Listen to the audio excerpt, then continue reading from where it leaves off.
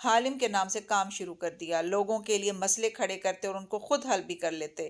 کبھی کسی کی پینٹنگ چرا کے خود ڈھونڈ لاتے، اصل رکھ کے نقل اس کو واپس کر دیتے، کبھی کسی سے انعامی اسکیم کے پیسے بٹورتے۔ تم نے بس چوری کا فن نہیں سیکھا اور میں نے تو کچھ نہیں سیکھا سوائے ہاتھ کی صفائی اور چوری کے فن کے۔ یہ مجھے نہیں آتا تھا، تم نے مجھے سکھایا۔ تم گمنام رہنا چاہتی تھی، اپنا چہرہ نہیں دکھانا چاہتی تھی، کیونکہ تمہیں امید تھی ایک دن تم اچھی بن جاؤ گی۔ میں نے یہ ذمہ اپنے سر لے لیا۔ سوائے چند لوگوں کے تمہیں شہر میں کوئی بطور ایک چور کے نہیں جانتا، مگر میں نے اسٹریٹ کانٹیکٹس بنائے، میں نے بلیک مارکیٹ میں تعلقات استوار کیے، اور یوں ہم دونوں آرٹ اور جولری چرانے کے ساتھ بطور حالم ان کے مالکان سے کنسلٹی فیس بھی لیتے تھے۔ ہم ماہر سکیمرز بن گئے اور ہم نے مڑ کے نہیں دیکھا۔ تم کیا کہنا چاہتی ہو داتن؟ اس بات پہ داتن نے سوگوار چہرہ موڑا اور بلال سے اسے دیکھا۔ تمہیں لگتا ہے کہ تم یہ راستہ چھوڑ سکتی ہو، مگر ایسا ممکن نہیں ہے تالیہ۔ میں نے جانتی ہوں ہمیشہ اپنا چہرہ کیوں مخفی نہیں رکھا، کیونکہ مجھے معلوم تھا ایک دفعہ ہم اس دریا میں اتر جائیں تو واپسی کی کوئی کشتی نہیں بچے گی۔ تم کبھی پینٹر بن کے خوش نہیں رہ سکتی، نہ میں لائبریرین بن کے۔ جب مجھے میرے بچوں نے چھوڑا یا جب میں نے ان کو چھوڑا، کیونکہ جیولری سٹور کو جو ان جوان کاریگر مل گئے تھے اور میں ایک بوجھ تھی، تو میں نے لائبریری کے ساتھ ایئرپورٹ پہ نوکری کر لی اور اولڈ ہوم آ گئی۔ لیکن جب بعد میں میرے پاس تمہاری وجہ سے دولت آنے لگی تو میں ہر ویکنڈ پہ اپنے بچوں کے پاس جانے لگی۔ اب بھی جاتی ہوں ان کے لیے قیمتی تحفے لے کر، اور وہ یہ جانتے ہوئے بھی کہ میں ایک لائبریرین ہوں۔ مجھ سے میرا ذریعہ معاش نہیں پوچھتے، وہ اب میری قدر کرتے ہیں، بھلے جہاں سے بھی پیسہ آئے وہ خوش ہیں۔ میں بھی خوش ہوں، کیونکہ میں ان پہ انحصار نہیں کرتی، ان کے سامنے ایک مضبوط عورت ہوں۔ لیکن اگر میں یہ کام چھوڑ دوں تو میری قدر و قیمت وہاں ختم ہو جائے گی۔ اس لیے میں کبھی بھی نیک نہیں ہونا چاہتی، کیونکہ تالیہ، خون کے رشتے ہر ایک کے لیے کامل نہیں ہوتے۔ ہم جیسے لوگوں کی کہانیوں میں دوستی کا رشتہ زیادہ اہم ہوتا ہے۔ آئی ایم سوری داتن۔ اس نے پیچھے سے داتن کی گردن میں بازو لپیٹے اور اپنی تھوڑی اس کے کندھے پہ رکھ دی۔ میں اتنی ڈسٹرب تھی کہ میں بھولتی جا رہی تھی کہ میں کون ہوں اور کیا کرنے کی اہل ہوں۔ میں اپنی گیم سے باہر ہو رہی تھی، مگر اب نہیں۔ اس نے داتن کا سیاہ گال چوما اور پھر سیدھے ہو کر ایک عزم سے کھڑی ہوئی، دیوار پہ ہاتھ مارا اور لمحے بھر میں سارا گھر روشن ہو گیا۔ تیز روشنی سے داتن کی آنکھیں چندیاں گئیں۔ اس نے فوراً ان پہ ہاتھ رکھا، پھر ذرا ٹھہر کے تالیہ کو دیکھا، جو سینے پہ بازو لپیٹے اب سنبھلی ہوئی سامنے کھڑی تھی۔ اب داتن نے ہمیشہ کی طرح اس سے پوچھا، جو کہتی تھی اس کے پاس ہمیشہ اگلا پلان ہوتا ہے۔ اب ہم نے انتظار کرنا ہے، یا تو ایڈم کی بات پہ یقین کر کے اسرا محمود تنگو کامل سے رابطہ کرے گی اور وہ سب میری تصدیق کر کے مجھے گرفتار کرنے یہاں آئیں گے، یا پھر اسرا محمود اپنے سٹاف کے ہاتھوں مجھے دعوت نامہ بھجوائیں گی۔ پہلی صورت میں ہمارا سامان بندھا ہوا پڑا ہوا اور ہم سگنل دیکھتے ہی شہر سے فرار ہو جائیں، اور دوسری صورت میں ہم کھیل جاری رکھیں۔ داتن نے گہری سانس لی اور گھٹنوں پہ ہاتھ رکھتے ہوئے اٹھی۔ مگر کھیل ہے کیا تالیہ؟ تم نے بریسلٹ اتار کے واپس آ جانا تھا، نیلامی وغیرہ پہ تھوڑی جانا تھا۔ میں کھیل بدل رہی ہوں، پلان بھی۔ اس نے مسکرا کے موبائل ٹراؤزر کی جیب سے نکالا اور نمبر ملانے لگی۔ داتن نے اچنبے سے اس کے سیاہ فون کو دیکھا جو حالم کا تھا۔ یہ تم کس کو؟ السلام علیکم، زین العابدین بن زین العابدین مولیا، وہ بشاشت سے بولی اور داتن کو دیکھ کے آنکھ دبائی۔ کیسے ہو مولیا؟ ابھی تک درختوں پہ بوجھ بنے ہوئے ہو؟ اوہ ایکچولی اس بات پہ غور نہ کرنا، میرے حصے مزاح کا لیول تمہارے ذہن سے کافی بلند ہے۔ خیر، میں نے اس لیے فون کیا کہ وہ اعتماد سے بولتی ہوئی مسکراتے ہوئے آگے بڑھ گئی، اور داتن نے تکان بھری سانس اندر کھینچی۔ بالآخر وہ کھیل میں واپس آ چکی تھی۔ اس کی یہی بات تو سب سے اچھی تھی، گو کہ سب کی طرح گرتی تھی، مگر گرنے کے بعد ہنس کے کپڑے جھاڑتی اٹھ کھڑی ہوتی تھی۔ پلان بی، داتن گھٹنوں پہ ہاتھ رکھ کے اٹھتے ہوئے بڑبڑائی تھی۔ مجھے یقین ہے کہ یہ پلان اس کے پاس پہلے نہیں تھے اور اس نے ابھی سوچا ہے، مگر کبھی نہیں مانے گی۔ وہ بھی واپس گیم میں آ رہی تھی۔ جزیروں سے بنے ملک پہ اگلی صبح بھیگی بھیگی سی اتری۔ سیاہ بادل سورج کو جھانکنے تک نہیں دے رہے تھے، بس گرجتے اور چمکتے جا رہے تھے۔ ایسے میں قطار سے کھڑے اونچے محل اپنے سامنے سڑک پہ بھاگتے اس شخص کو دیکھ رہے تھے جو ٹراؤزر کے اوپر آدھی آستین کی ٹی شرٹ میں ملبوس دوڑتا جا رہا تھا۔ کنپٹی سے قطرے ٹپ ٹپ گر رہے تھے، بال گیلے ہو کے ماتھے پہ چپکے تھے۔ وہ دور سے جاگنگ کرتا آ رہا تھا۔ اپنے گیٹ کے قریب آ کر رفتار سست ہوئی، ایک ہاتھ گیلے پاؤں بالوں میں چلا کے ان کو پیچھے کیا اور ہینڈز فری کانوں سے کھینچ نکالے۔ گارڈز نے اسے دیکھتے راستہ کھول دیا۔ فاتح صاحب، کسی نے تولیہ اچھالا جو اس نے ایک ہاتھ بلند کر کے تھاما اور اس سے چہرہ پوچھتا پورچ میں آگے چلتا گیا۔ لمبی جاگنگ سے چہرہ گلابی، شفاف،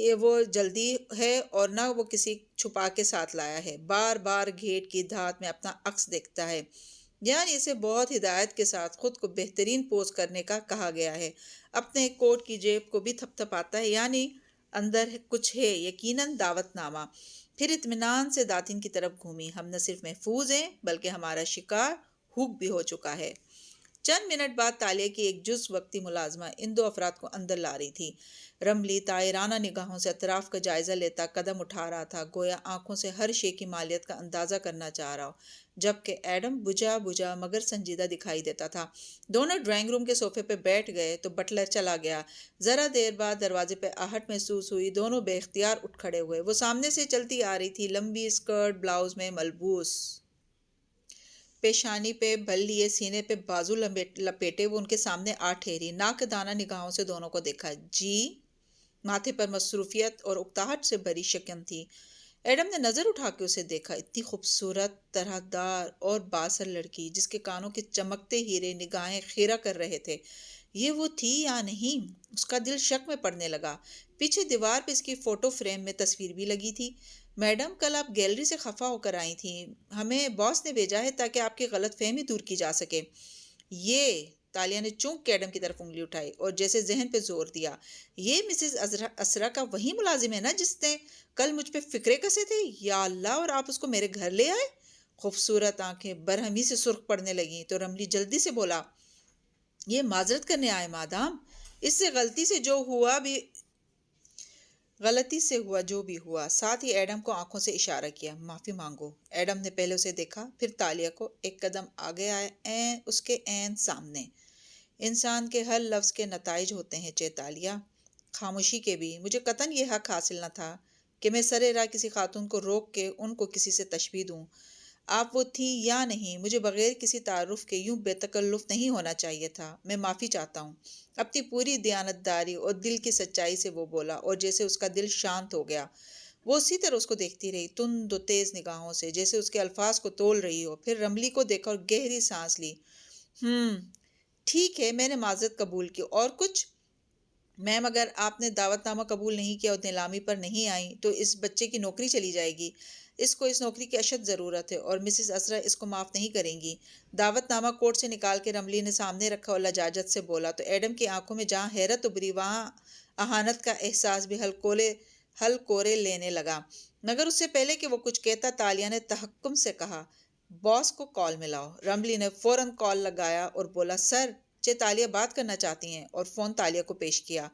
تالیہ، مراد بات کر رہی ہوں۔ اوہ، آپ؟ میں مسز اسرا کی توقع کر رہی تھی۔ وہ فون کان سے لگائے حیران ہوئی۔ ایک ہی بات ہے چیتالیہ، وہ شائستگی سے جواباً کہہ رہا تھا، آپ اسرا اور میری کلائنٹ نہیں، مہمان تھی، اور ہماری مہمان کسی غلط فہمی کا شکار ہو کر ہماری مہمان نوازی ٹھکرا دے، یہ ہمارے خاندان کے لیے تکلیف کی بات ہے۔ میں خود بھی معذرت خواہ ہوں اشر صاحب۔ اس کو نرم پڑتا دیکھ کے رملی کی سانس بحال ہوئی۔ یہ تو بچہ ہے، بھول چوک میں کچھ بول گیا تو مجھے ہی بڑے پن کا ثبوت دینا چاہیے تھا، مگر آپ کے اس قدم نے مجھے بہت متاثر کیا ہے۔ گڈ، میں اسرا کو آگاہ کر دوں گا کہ ان کی مہمان نے مہمان نوازی قبول کر لی۔ میں شکر گزار ہوں سر، اور فون واپس کر دیا۔ پھر فرصت سے ان دونوں کو دیکھا، بالخصوص ایڈم کو۔ بے فکر رہو، تمہاری نوکری نہیں جائے گی۔ ادائے بے نیازی سے ہاتھ جھلا کے گویا تخلیہ کا اشارہ کیا تو ایڈم کے ابرو بھنچ گئے۔ تھینک یو، مگر مجھے یہ نوکری مستقل کرنی ہی نہیں ہے، میں صرف 11 دن کے لیے متبادل کے طور پر آیا ہوں چیتالیہ۔ رملی نے گڑبڑا کے اسے گورا، مگر وہ اسی طرح تالیہ کی آنکھوں میں دیکھتا رہا۔ یہ وہی ہے، یہ آنکھیں، ان کے تاثرات وہی ہیں، اور وہ اس کی آنکھوں میں دیکھ کے ٹھہر سی گئی، دم بخود ساکن۔ نگاہوں کے سامنے منظر بدلا، ایک جھلی پہ گویا فلم سی چلنے لگی۔ رات کا سیاہ آسمان تھا، چاند چمک رہا تھا، پہاڑی کا راستہ دشوار گزار اور پتھریلا تھا، اونچا نیچا، اور وہ دونوں آگے پیچھے چل رہے تھے۔ تالیہ آگے تھی، ایڈم پیچھے تھا۔ لباس اندھیرے کے باعث ٹھیک سے دکھائی نہیں دیتا تھا، بس تاریکی میں گویا دو ہیولے تھے جو اوپر چڑھتے جا رہے تھے۔ چیتالیہ، وہ پیچھے سے ہانپتا ہوا بولا تو تالیہ نے گردن موڑ کے اسے دیکھا۔ کیا ایڈم، آپ کیا کرنے جا رہی ہیں؟ میں ہم دونوں کو بہت امیر کرنے جا رہی ہوں ایڈم۔ وہ چلتے چلتے رک گیا۔ کیسے؟ وہ پلٹی اور چمکتی آنکھوں سے اس کی آنکھوں میں دیکھا، تاشا کے خزانے سے جسے ہم دونوں کھود کے نکالیں گے۔ کیا؟ وہ حیران رہ گیا۔ کیا تم اب بھی نہیں سمجھے ایڈم کہ تاشا نے اس دیوار پہ وہ نظم کیوں لکھی تھی؟ وہ مسکرائی۔ کیوں؟ تاکہ ایڈم اور تالیہ اس دیوار تک جائیں اور وہاں مدفن خزانے کے راز کو کھود نکالیں۔ ہم دنیا کے سب سے طاقتور لوگ بن جائیں گے ایڈم۔ اور وان فاتح؟ وہ پوچھ رہا تھا مگر تصویر دھندلی پڑتی گئی۔ ہمیں اجازت؟ رملی کی آواز نے اسے حال میں واپس کھینچا تو وہ چونکی۔ بس لمحے بھر کا اثر تھا اور وہ سنبھل گئی۔ پھر دوبارہ ایڈم کو دیکھا۔ اب کی دفعہ نگاہ مختلف تھی، حیران، متحیر۔ وہ البتہ مرعوب ہو کر نظر جھکا چکا تھا، مبادا مزید کوئی مصیبت نہ گلے پڑ جائے۔ اس نے ہاتھ سے برخاست ہونے کا اشارہ کیا تو وہ دونوں پلٹ گئے۔ ان کے باہر نکلتے ہی داتن کمرے میں داخل ہوئی تو دیکھا وہ سر دونوں ہاتھوں میں گرائے بیٹھی ہے۔ داتن نے بے اختیار دل پہ ہاتھ رکھا ہے۔ کیا وہ پولیس کو لینے گئے ہیں؟ تالیہ نے ماتھے سے ہاتھ اٹھائے اور سر اٹھا کے خالی خالی نظروں سے اسے دیکھا۔ داتن ایک خزانہ ہے کہیں؟ میری پیاری بچی، میں جانتی ہوں تم مجھے کسی خزانے سے کم نہیں سمجھتی، مگر تم سے تو بات کرنا فضول ہے۔ وہ جھنجھلا کے کھڑی ہوئی۔ تھوڑی دیر پہلے کی شہزادیوں والی شان اب ندارت تھی۔ میری بات سنو، وہ سنجیدہ ہوتے ہوئے بولی۔ جاتے وقت ایڈم نے لابی میں لگی تمہاری تصاویر میں سے ایک کو چپکے سے موبائل پہ اتارا ہے تالیہ۔ ظاہر ہے اس نے یہ کرنا تھا، اس کا حل ہے میرے پاس۔ تم فی الحال میرے ساتھ پلان بی کی تیاری کرواؤ۔ وہ اس موٹی مرغی کو کندھوں سے پکڑ کے دھکیل کے باہر لے جانے لگی۔ رملی کار چلا رہا تھا اور ایڈم موبائل سکرین کو اس کی نظروں سے بچا کے وہ تصویر غور سے دیکھ رہا تھا۔ آنکھوں میں الجھن بھری گہری سوچ پنہا تھی۔ یہ وہی تھی یا شاید نہیں تھی؟ کوالالمپور کی وہ تکون شیشوں سے ڈھکی عمارت بادلوں کو سر اٹھا کے دیکھ رہی تھی، جو دھیرے دھیرے اس پہ قطرے ٹپکا رہے تھے۔ بوندا باندی کافی دیر سے جاری تھی۔ عمارت کے اندر پارٹی کے آفس فلور پہ معمول کی چہل پہل جاری تھی۔ راہداریوں میں پارٹی ورکر آ جا رہے تھے، کام چل رہا تھا۔ ایسے میں ایڈم فاتح کے آفس کے باہر بیکار سا بیٹھا تھا، سر جھکا اور چہرہ بجھا ہوا تھا۔ دفتن دروازہ کھلا تو وہ تیر کی طرح سیدھا ہوا۔ فاتح کوٹ پہنتے باہر نکل رہا تھا، ساتھ میں چلتے شخص سے بات بھی کر رہا تھا۔ گرے سوٹ، سفید شرٹ، ٹائی اور ہلکے گیلے بال جو وہ دائیں جانب کو سنوار کے پیچھے کرتا تھا، اور اس پہ مسکراتا چہرہ۔ کسی بات پہ ہلکا سا ہنس کے وہ ساتھ موجود شخص کو جواب دے رہا تھا۔ وہ ایڈم کی طرف متوجہ نہیں تھا اور ایڈم صرف اس کی طرف متوجہ تھا۔ گزشتہ روز اس امیر زادی کے ہاں ماتھا ٹیکنے کی ساری کلفت دور ہونے لگی۔ وہ شخص آگے بڑھ گیا اور فاتح کوٹ کا کالر سامنے سے برابر کرتا مڑا تو ایڈم پہ نظر پڑی۔ ہاں ایڈم، کیا حال ہے تمہارا؟ آنکھوں میں مسکراہٹ لیے نرمی سے پوچھا اور بٹن کو ہول میں ڈال کے بند کیا۔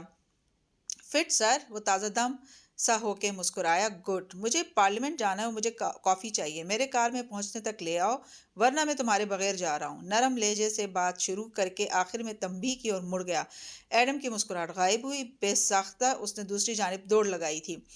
بارش ٹپ ٹپ برس رہی تھی جب فاتح سڑک پہ کھڑی کار میں بیٹھتا دکھائی دے رہا تھا۔ ڈرائیور نے اوپر چھتری تان رکھی تھی۔ فاتح نے دروازہ بند ہی کیا تھا کہ اسی پل بھاگتا اور بھیگتا ایڈم کھڑکی تک آیا اور ایک کافی کا گلاس جس میں اسٹرا لگا تھا فاتح کی طرف بڑھایا۔ اس نے گلاس پکڑا اور اپنی چمکدار آنکھیں اٹھا کے ایڈم کو دیکھا۔ وان فاتح پارلیمنٹ سیشن میں ہمیشہ 2 کپ کافی پیتا ہے، اسی لیے میں 2 کپ لایا ہوں سر۔ اس نے دوسرا کپ ہاتھ اٹھا کے ایک اور گلاس دکھایا تو فاتح کے لبوں پہ مسکراہٹ پھیلی۔ شیشہ اوپر کر دیا اور کپ لبوں سے لگائے اپنی کوئی فائل کھول کے دیکھنے لگا۔ ایڈم دوسرا گلاس پکڑے فرنٹ سیٹ پہ آ بیٹھا۔ بارش تیز ہو رہی تھی، کار سڑک پہ رواں دواں تھی اور وہ اینک ناک پہ جمائے اپنی فائل پڑھ رہا تھا۔ میں کچھ؟ ایڈم نے پوچھتے پوچھتے شیشے میں دیکھا، مگر اسے میپ دیکھ کے چپ ہو گیا۔ ڈرائیور نے ایک ناگوار نظر ایڈم پہ ڈالی۔ پوچھو ایڈم۔ فاتح نے آخری صفحہ پلٹا اور فائل بند کر دی، پھر اینک اتار کے کھڑکی سے باہر دیکھنے لگا۔ کیا پھر عبدالمطلب کو اللہ نے 10 بیٹے دیے؟ وہ اس دن کے ادھورے قصے کے بارے میں پوچھنے لگا۔ وہ اینک کے ہینڈل کا کونا دانتوں میں دبائے اس کی بات سن کے مسکرائے۔ نظریں کھڑکی کے باہر جمی تھیں۔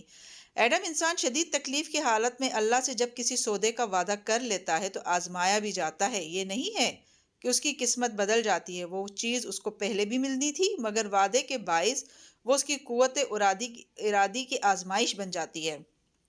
عبدالمطلب کی قوت ارادی کیسی تھی؟ میرے اور تمہارے سے بہتر تھی۔ اس وقت ان کا ایک ہی بیٹا تھا، پھر اللہ نے ان کو کئی بیٹے دیے، 10 یا شاید اس سے بھی زیادہ۔ جب وہ جوان ہوئے اور اپنا بہترین ورژن بن گئے تو عبدالمطلب نے وعدہ نبھانے کا سوچا۔ وہ ہماری طرح اللہ کے لیے کم ترین نہیں دیتے تھے، بہترین دیتے تھے، سو انہوں نے قرآن ڈالا اور وہ عبداللہ کے نام نکلا۔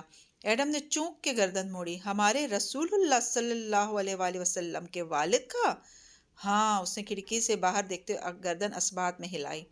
نظریں دور بھیگتے شہر پہ جمی تھی، مگر عبداللہ کے ماموں وغیرہ آڑے آ گئے اور کہا کہ اس کو قربان نہیں ہونے دیں گے۔ مگر عبد المطلب وعدے کے سچے تھے۔ ایک آدمی جو اتنے برس ایک وعدے کے ساتھ جیا ہو وہ خائن نہیں ہوتا۔ وہ بولتے بولتے چپ ہو گیا، انگلی سے تھوڑی کو ذرا کھرچا، نظریں باہر سب تھیں۔ تو کیا انہوں نے عبداللہ کو قربان کر دیا؟ نہیں، وہ ایک کاہنہ عورت کے پاس معاملہ لے گئے تو اس نے کہا کہ ایک پرچی پہ عبداللہ کا نام لکھو اور دوسری پہ 10 اونٹ، پھر قرعہ نکالو۔ ایسا ہی کیا تو پھر سے عبداللہ کا نام نکلا۔ وہ بولی اونٹ بڑھاتے جاؤ یہاں تک کہ اللہ راضی ہو جائے۔ سو وہ لوگ اونٹوں کی تعداد بڑھاتے گئے، ہر دفعہ عبداللہ کا نام نکلتا، یہاں تک کہ 100 اونٹ کی پرچی ڈالی تو قرعہ اونٹوں کے نام نکلا۔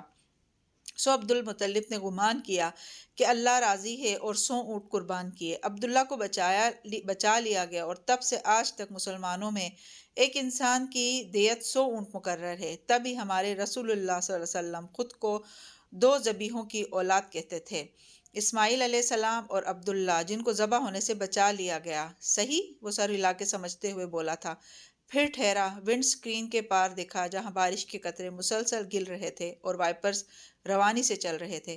مگر وعدہ تو پورا نہیں کیا عبد المطلب نے، آخر میں کفارہ ہی دیا۔ پھر اتنے برس کے وعدے کا کیا فائدہ ہوا؟ اللہ تعالیٰ سے انسان فائدے نقصان کے لیے کمٹمنٹ نہیں کرتا، اپنے اور اللہ کے اعتبار کے تعلق کو مضبوط کرنے کے لیے کرتا ہے۔ ہم اللہ سے وعدے کر کے چند دن میں ہی نہیں انہیں توڑ دیتے ہیں۔ مگر تمہیں عبد المطلب کو یاد رکھنا چاہیے، جنہوں نے کئی برس اپنے وعدے کو پال پوس کے جوان کیا۔ اگر تم اللہ سے کوئی وعدہ کر لیتے ہو، مقررہ گھڑی کے قریب آنے پر تمہارا دل کمزور پڑنے لگ جائے، تب بھی اس وعدے کو نبھانے کی کوشش کیا کرو۔ اللہ کو تم سے کوئی چیز چھین لینا مقصود نہیں ہے، وہ صرف تمہیں کھو دینے کے خوف اور پا لینے کے لالچ سے آزاد کر کے ایک مضبوط انسان بنانا چاہتا ہے۔ ہم اپنے وعدوں کو جتنا زیادہ نبھائیں گے اتنے ہی مضبوط بنیں گے، اور آخر میں اللہ خود ہی کوئی راہ نکال کے ہمیں ہماری محبوب شے لوٹا دے گا۔ عبد المطلب کو مضبوط بننے کے لیے 10 بیٹے چاہیے تھے، لیکن کیا تمہیں نہیں لگتا ایڈم کہ ان کو 10 بیٹوں سے زیادہ ان کے وعدوں نے مضبوط کیا تھا؟ کہ اس نے گلاس سے لبوں سے لگایا، کافی کا گھونٹ اندر انڈیلا اور گلاس سائڈ بن میں ڈال دیا۔ ایڈم نے جواب دینے کے بجائے دوسرا گلاس اس کی طرف بڑھایا، جسے اس نے تھاما، ہونٹوں تک لے کر گیا، پھر ذرا اوپر کیا، خوشبو اندر اتاری اور چونک کے فرنٹ سیٹ کی طرف دیکھا۔ یہ میری کافی نہیں ہے، شاید یہ تم اپنے لیے لائے تھے، اور بغیر پیے گلاس آگے بنے سٹینڈ میں لٹکا دیا۔ ایڈم نے سخت شرمندگی سے آنکھیں میچ لیں، اس میں اتنی ہمت نہیں تھی کہ اب اس گلاس کو اٹھاتا۔ فاتح اسی طرح کھڑکی سے باہر دور تک پھیلی عمارتوں کو دیکھتا رہا جو بارش میں بھیگے چلی جا رہی تھیں۔ پارلیمنٹ ہاؤس وسیع و عریض اور روشنیوں سے منور تھا۔ دور دور تک ممبران کے ڈیسک اور کرسیاں بچھی تھیں جن پہ ان کی فائلز، مائک وغیرہ سجے تھے۔ مرکزی چبوترے پہ اونچی کرسی پہ اسمبلی کا اسپیکر بیٹھا تھا اور اینک ناک پہ جمائے نیچے کھڑے تقریر کرتے ممبر کو دیکھ رہا تھا۔ ہال کے اوپر کافی اوپر بالکنی بنی تھی، وہاں سینما گھروں کی طرح کرسیاں اوپر لگی ہوئی تھیں۔ سینما گھروں کی طرف کرسیاں اوپر تک لگی تھیں جہاں لوگ بیٹھ کے پارلیمنٹ کی کارروائی دیکھتے تھے۔ عموماً لوگ کرسیوں پہ بیٹھے ہوتے تھے، مگر وہ گیلری میں ریلنگ کے ساتھ کھڑی نیچے دیکھ رہی تھی۔ سنہرے بال فرنٹ چوٹی میں گھوندے، وہ سیاہ سکرٹ اور سفید بلاؤز کے اوپر سیاہ منی کوٹ پہنے ہوئے تھی اور سر پہ ترچھا کر کے سفید ہیٹ رکھا ہوا تھا۔ سفید گلابی چہرے پہ ہلکی سی مسکراہٹ رخساں تھی۔ نیچے ممبران معمول کے انداز میں بیٹھے تھے، کچھ آپس میں بات کر رہے تھے، کچھ اپنے لیپ ٹاپس پہ ٹائپ کر رہے تھے اور زیادہ تر تقریر کرتے فاتح کو سن رہے تھے۔ تالیہ یہاں سے اس کی پشت دیکھ سکتی تھی۔ وہ اپنی جگہ پہ کھڑا اسپیکر کی طرف رخ کیے بات جاری رکھے ہوئے تھا۔ مجھے آج افسوس سے یہ کہنا پڑ رہا ہے کہ ملے پارلیمنٹ نے میرا ایجوکیشن بل نامنظور کر دیا ہے۔ تو ان اسپیکر صاحب، جناب اسپیکر، توان اسپیکر، ہم اس بل کے ذریعے تعلیمی شعبے میں وہ اصلاحات متعارف کروانا چاہتے تھے جو تالیہ بور سی ہو کے ادھر ادھر دیکھنے لگی۔ قانون سازی کی خوش باتوں سے اسے دلچسپی نہ تھی، وہ دوسرے مقصد کے لیے آئی تھی۔ گردن آگے پیچھے گھمائی تو ٹھہری۔ فاصلے پہ ایڈم کھڑا تھا، توجہ سے تقریر کرتے وان فاتح کا ایک ایک لفظ سنتا ہوا۔ وہ بور نہیں ہو رہا تھا، وہ نامحسوس طریقے سے اس کے ساتھ جا کھڑی ہوئی۔ جانے کس احساس کے تحت ایڈم نے یوں ہی گردن موڑی تو اسے دیکھ کے چونکا۔ آپ یہاں؟ تالیہ چونکی، پھر اسے دیکھ کے مشکوک نظر آنے لگی۔ تم میرا پیچھا تو نہیں کر رہے نا، اور بعد میں اس پہ معافی مانگ لو گے؟ نہیں نہیں، وہ شرمندگی سے وضاحت کرنے لگا، میں تو وان فاتح کے ساتھ آیا ہوں۔ وہ کروفر سے ہنکارا بھر کے گردن واپس موڑ گئی اور سنجیدگی سے نیچے دیکھنے لگی۔ البتہ ایڈم کا دھیان بٹ چکا تھا۔ آپ یہاں کیسے؟ اشر صاحب کہاں ہیں؟ وہ نیچے دیکھتے خشکی سے بولی۔ وہ نیچے بیٹھے ہیں وان فاتح کے پیچھے، کیا آپ ان سے ملنا چاہتی ہیں؟ ہوں۔ اس نے بے چینی سے گھڑی دیکھی۔ ابھی لنچ بریک ہوگی تو میں آپ کو ان کے پاس لے جاؤں گا، وہ اسی راستے سے باہر نکلیں گے۔ وہ اشارہ کر کے سمجھانے لگا، پھر ایک غیر آرامدہ نظر اس پہ ڈالی۔ آپ نیلامی پہ آئیں گی نا؟ اسے دیکھ کے اندیشہ سا ہوا کہ پھر کوئی گڑبڑ نہ کر دے۔ ظاہر ہے بچے، میں نے کل کہا تھا نا، میں نے تمہیں معاف کیا، مگر میں نے آپ کو بدصورت نہیں کہا تھا۔ پلیز مجھے وضاحت کرنے دیں۔ میں نے آپ کی شکل کی ایک لڑکی دیکھی تھی کسی کے گھر میں سمجھا وہ آپ ہیں۔ تالیہ پوری اس کی طرف گھومی اور اس کی آنکھوں میں آنکھیں ڈالی۔ تو کیا وہ میں ہوں؟ ایڈم اس کی نظروں کی تاب نہ لا سکا، بس ایک نظر انہیں دیکھا اور شک و شبہ رفع ہونے لگا۔ یہ وہ نہیں تھی، اس نوکرانی کی تو شکل بھی اب اسے بھولتی جا رہی تھی۔ نہیں، مجھے غلط فہمی ہوئی تھی، سوری۔ سچائی سے اس نے نظریں جھکا کے اعتراف کیا۔ دلچسپ بات یہ ہے کہ جناب سپیکر کہ اس وقت اسمبلی میں آدھے سے زیادہ لوگ میری بات کو غیر اہم جان کے صرف لنچ بریک کا انتظار کر رہے ہیں، باقی آدھے سو رہے ہیں۔ اس نے ایک دم تقریر کا کاغذ ڈیسک پہ پٹکا اور اونچی آواز میں بولا تو وہ دونوں چونک کے متوجہ ہوئے۔ ہال میں چلتی سرگوشیوں میں کمی آئی، سناٹا چھانے لگا۔ وان فاتح اپنی جگہ پہ کھڑا اسپیکر کو دیکھ کے دبے دبے غصے سے بول رہا تھا، گرے سوٹ اور دائیں طرف کو پیچھے کر کے جمائے بالوں کے برعکس ان کی آواز آج قابو میں نہیں لگ رہی تھی، کیونکہ ان کو تعلیم کی باتیں بورنگ لگتی ہیں، کیونکہ ان باتوں کا رزلٹ اگلے الیکشن تک نہیں ملتا، مگر اونچی عمارتوں، لمبی سڑکوں کا مل جاتا ہے، شہر میں نئے پھول لگانے اور نئے پارک بنانے کا بھی مل جاتا ہے۔ سیاستدان ہمیشہ اگلے الیکشن کا سوچتا ہے، مگر لیڈر اگلی نسل کا سوچا کرتا ہے۔ سر، وان فاتح یہ بل اس لیے پاس کروانا چاہتا تھا کیونکہ وان فاتح اس وقت کا بھی سوچ رہا تھا جب وہ خود مر چکا ہوگا، مگر ملیشیا کے بچے آج سے زیادہ مشکل حالات میں ہوں گے۔ اس نے بلند آواز میں کہتے ہوئے جھک کے ڈیسک 2 دفعہ بجایا تو سارے میں گہری خاموشی چھا گئی۔ اشر خاموشی سے پیچھے بیٹھا سن رہا تھا۔ ٹھیک ہے، میں وزیر اعظم صاحبہ کی پارٹی میں سے نہیں ہوں۔ اس نے ہاتھ اٹھا کے کافی فاصلے پہ اگلی قطار میں بیٹھی خاتون کی طرف اشارہ کیا۔ تالیہ نے گردن اونچی کی، سفید سکارف اوڑے وزیر اعظم فرنٹ پہ بیٹھی تھیں اور یہاں سے اس کی پشت دکھائی دیتی تھی۔ مگر میں ان سے پوچھتا ہوں کہ کیا یہ بچے میرے اور ان کے ہم سب کے نہیں تھے؟ کیا ہم مل کے سیاسی اختلافات کو بھلا کے اپنے بچوں کے لیے ایک پلیٹ فارم پہ اکٹھے نہیں ہو سکتے تھے؟ مگر نہیں، صرف اس لیے کہ وان فاتح نے تعلیم کے نام پہ ووٹ لیا ہے، میڈم وزیر اعظم نے میرے وعدے کو جھوٹا ثابت کرنے کے لیے اس بل کو نامنظور کروایا۔ مگر مجھے آپ کو وعدوں کے متعلق ایک بات بتانے دیجیے، وہ برہمی سے اونچی آواز میں کہہ رہا تھا۔ نظریں وزیر اعظم کی کرسی پہ تھی جس نے مڑ کے اسے دیکھا تک نہیں، وہ بنا اثر لیے سامنے دیکھتی رہی۔ چونکہ وزیر اعظم صاحبہ کو وعدے پورے کرنے کی عادت نہیں ہے اور وہ ہمیشہ لینے پہ یقین رکھتی ہیں، دینے پہ نہیں، اس لیے وہ اس بات سے ناواقف ہیں کہ کچھ لوگ اپنے وعدوں کی پاسداری کے لیے اپنی قیمتی متاع کو بھی ذبح کر دیتے ہیں۔ اور آپ کے لیے بری خبر یہ ہے کہ وان فاتح ایسے ہی لوگوں میں سے ایک ہے۔ مجھے کہا جاتا ہے کہ میں اکیلا رہ گیا ہوں، میری پارٹی تک میرے ساتھ نہیں کھڑی۔ جیسے وان فاتح کو اس بات کی بہت فکر ہے کہ وہ اکیلا رہ گیا تو کیا ہوگا اگر میرے اوپر ایسا وقت آیا کہ ملے قوم میں سے صرف ایک شخص بھی میرے ساتھ کھڑا ہو، میں تب بھی اپنا وعدہ پورا کروں گا۔ میں اس ایک شخص کا بھی لیڈر ہوں گا۔ اور یاد رکھیے گا میڈم، میں پھر سے اس بل کا ڈرافٹ تیار کروں گا اور اب کی بار میں اس بل کو آپ کے حلق سے نیچے اتاروں گا اور آپ مجھے بے بسی سے ایسا کرتے دیکھیں گی۔ کہ اس نے زور سے ڈیسک پہ ہاتھ مارا، چہرہ جذبات کی حدت سے سرخ پڑ رہا تھا۔ پھر ٹائی کو ڈھیلے کرتے وہ واپس کرسی پہ بیٹھا تو اوپر گیلری سے جہاں تالیاں گونجنے لگی وہاں ہال میں بیٹھے اس پارٹی کے چند ارکان ڈیسک بجانے لگے۔ اسمبلی میں بیٹھ کے ڈیسک بجانے کا مطلب تعریف اور کھڑے ہو کے بجانے کا مطلب احتجاج ہوتا ہے۔ حکومتی ارکان البتہ خاموش بیٹھے رہے اور وہ دونوں بھی اوپر بالکل خاموش سے کھڑے تھے۔ ایڈم گمسم سا تھا اور وہ یک ٹک اس آدمی کو دیکھ رہی تھی جو اب ٹیک لگا کے ٹانگ پہ ٹانگ جمائے کرسی پہ بیٹھ چکا تھا۔ قریب بیٹھے افراد نے آگے پیچھے سے ہاتھ بڑھا کے اس کا کندھا تھپتھپایا تھا۔ کسی نے پانی کی بوتل آگے بڑھائی جو اس نے تھام کے لبوں سے لگا لی۔ چند منٹ بعد وہ نیچے راہداری میں ایڈم کے ساتھ کھڑی تھی، گارڈز بھی ساتھ ہی کھڑے تھے۔ دفتن لفٹ کے دروازے کھلے اور چند افراد باہر نکلے۔ آگے وہ دونوں تھے، اشر اور تالیہ کی دل کی دھڑکن مس ہوئی۔ وان فاتح وہ اب قطعاً غصے میں نہیں لگ رہا تھا، مسکرا کے اشر کی بات سن رہا تھا جو خوشگوار انداز میں اس کے قریب جھکے کچھ کہہ رہا تھا کہ اس کی نظر تالیہ پہ پڑی۔ آنکھوں میں حیرت اتر آئی۔ اس نے ہلکے سے فاتح کی کوہنی کو چھو کے کچھ کہا تو فاتح نے نظر اٹھا کے اس طرف دیکھا، پھر وہ دونوں چند قدم آگے آئے۔ تالیہ کو لمحے بھر کے لیے اپنا سارا اعتماد ہوا ہوتا محسوس ہوا۔ بے اختیار نظریں فاتح پہ جمی تھیں۔ تالیہ، آپ یہاں؟ اشر نے کہتے ہوئے ایڈم کو دیکھا تو ذرا سا چونکا۔ کیا وہ بات ختم نہیں ہوئی؟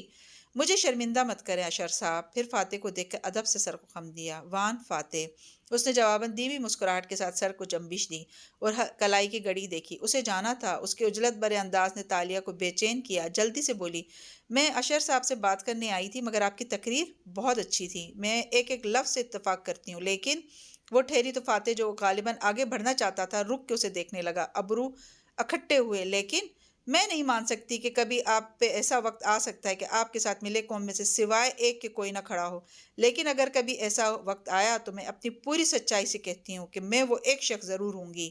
میں بھی، ایڈم نے زیر لب کہا تھا۔ Thank you تاشا۔ وہ تکلفاً مسکرایا جیسے اسے اس بات سے فرق نہ پڑا ہو۔ وہ ان باتوں کا عادی تھا۔ تالیہ، اس کا نام تالیہ ہے؟ اشر نے کھنکار کے تصحیح کی، پھر ایک گہری نظر تالیہ پہ ڈالی۔ وہ گرد و پیش سے بے نیاز فاتح کو دیکھے جا رہی تھی۔ اشر کی پیشانی پہ ہلکی سی شکن ابھری۔ صحیح صحیح تالیہ، اس نے پیشانی چھوئی۔ میری بیوی شکر ہے یہاں نہیں ہے، ورنہ اس کو خفا ہونے کے لیے ایک اور وجہ مل جاتی۔ وہ جرجری لے کر ہنسا، ہلکا سا ہنسا، پھر گھڑی دیکھی اور اشر کی طرف متوجہ ہوا۔ میں کار میں تمہارا انتظار کر رہا ہوں، مجھے ایک بات کرنی تھی۔ وہ جلدی سے بولی مگر وہ نہیں رکا اور آگے بڑھ گیا۔ اس کے گارڈز اور ایڈم اس کے ساتھ ہو لیے۔ تالیہ کی رنگت بجھی تو اشر مسکرا کے آگے ہوا اور حوصلہ افزا انداز میں کہا، آبنگ کو دل رکھنے کی عادت نہیں ہے، وہ ہماری دنیا کے انسان نہیں ہے، مگر آپ کہیے، میں سن رہا ہوں۔ مگر تالیہ کا چہرہ بجھا ہوا دکھائی دیتا تھا۔ میں غائل غزال میں انٹرسٹڈ ہوں اور میں صرف یہ چاہتی تھی کہ مسز اسرا سے ذاتی طور پر مل لوں۔ گیلری سے ہٹ کے مگر ایک اداس نظر اس طرف ڈالی جہاں وہ اپنے گارڈز کے ساتھ جاتا دکھائی دیا تھا۔ شاید مسز فاتح یوں ہر ایک سے نہیں مل لیتی، وہ جیسے ہرٹ ہوئی تھی، وہ ہر ایک سے واقعی نہیں مل لیتی، لیکن میرا نہیں خیال کہ وہ آپ کو ہر ایک کی کیٹیگری میں رکھتی ہیں۔ وہ چونک کے اشر کو دیکھنے لگی، آنکھوں میں امید جاگی۔ کیا یہ ممکن ہے؟ جی یہ ممکن ہے۔ آج رات آپ میرے اور اسرا کے ساتھ ان کے گھر ڈنر کیجیے گا، وہیں آپ پینٹنگ کی بات کر لیجیے گا۔ آپ یقیناً یہ چاہتی ہیں کہ کاکا اس کو نیلامی پہ نہ رکھیں؟ ابرو اٹھا کے سوال کیا، گویا اس کا چہرہ پڑ رہا ہو۔ دونوں ابھی تک راہداری میں آمنے سامنے کھڑے تھے۔ جی نیلامی پہ مجھے ڈر ہے وہ میرے ہاتھ سے نہ نکل جائے، میں زیادہ قیمت دے کر بھی اس کو اپنے لیے پہلے سے بک کرنا چاہتی ہوں۔ مسز اسرا واقعی میری بات رک کے سنیں گی نا؟ وہ آس سے بولی جیسے ابھی بھی خوفزدہ ہو کہ اشر اپنا ذہن بدل نہ لے۔ کاکا آبنگ جیسی نہیں ہے چیتالیہ، وہ آپ سے مل کے بہت خوش ہوں گی۔ ہاں لیکن میں یہ وعدہ نہیں کر سکتا کہ وہ پینٹنگ نیلامی سے نکالنے پہ راضی ہو جائیں گی۔ اس بات پہ وہ مسکرائی۔ اور اگر میں کوئی ایسی سفارش لے آؤں جس کو وہ رد نہ کر سکیں تو؟ اشر ہلکا سا چونک کے اسے دیکھنے لگا، پھر مسکرایا۔ آپ سفارش لیں، ہم دیکھ لیں گے، مجھے اجازت؟ تالیہ نے مسکرا کے سر ہلایا اور ایک طرف ہٹ گئی۔ وہ آگے بڑھا تو اس نے منتظر گارڈ بھی ساتھ چلنے لگے۔